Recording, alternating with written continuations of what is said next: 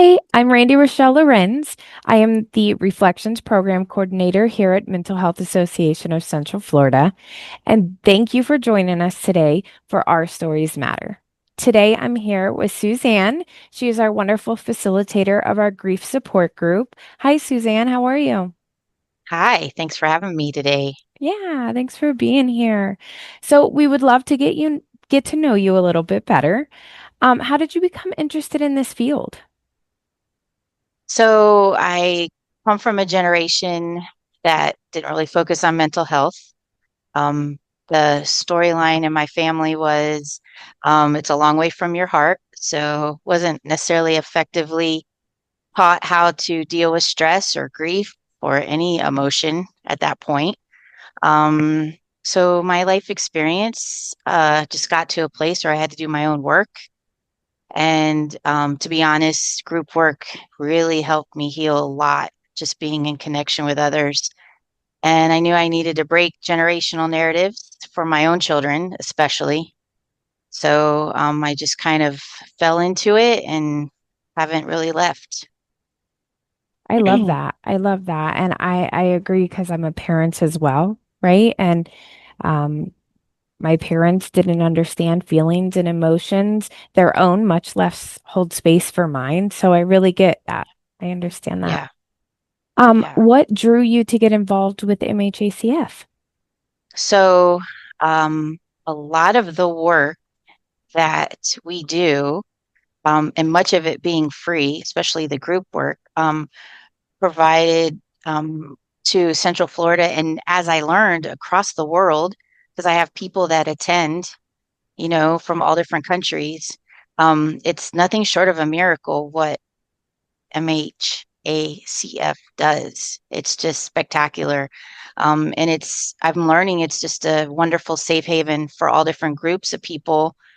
And once I learned what it really was, I just knew I wanted to be a part of it. That's amazing. And yes, I had somebody on there, a whole organization from Africa the other day, which was so neat. Wow. In one of my trainings, and I've had people from Australia and the UK. So it is very cool. Very Yeah, cool. absolutely. Um, who usually comes to your groups? What is like the population? So the group I'm speaking about today is the grief group. Um, in my grief group, we have people from all over the world attend this group, which I just think is awesome.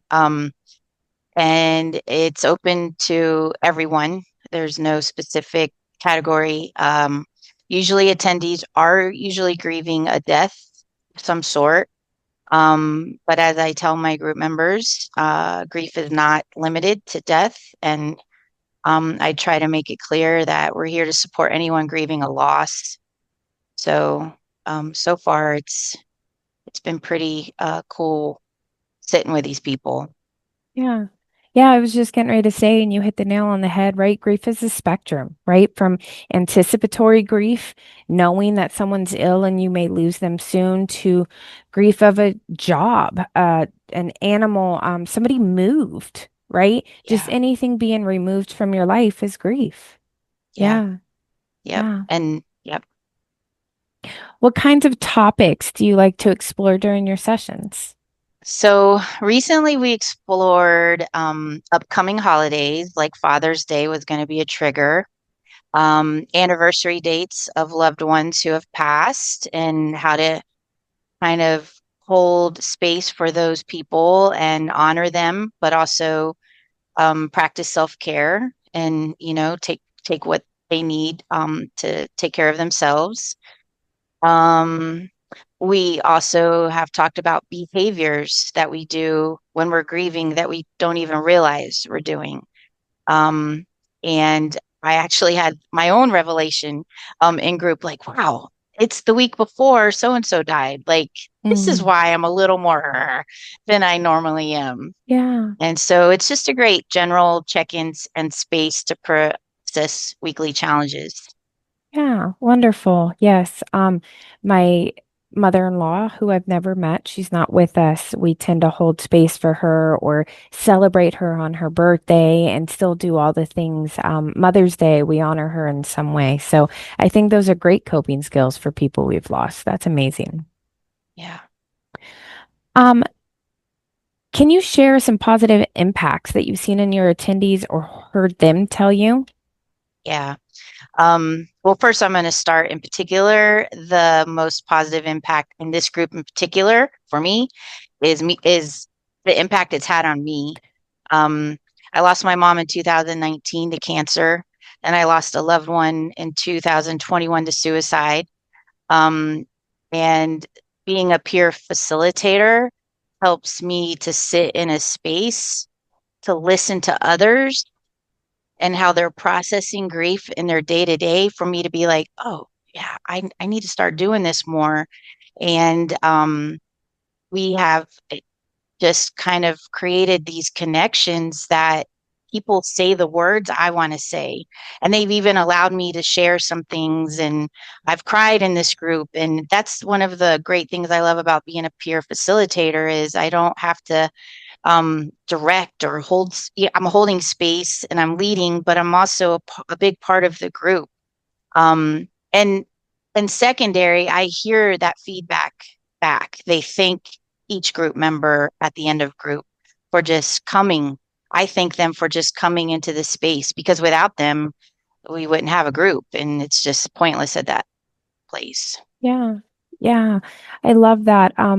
Being able to, because you work in the mental health field as a professional as well, separate of this, you're an Hmm. LMHC, and so to be able to kind of take off that hat and be the human version of yourself, not the Yes. therapist or the counselor, right? And to be able to be one with each other. That's why I love peer space.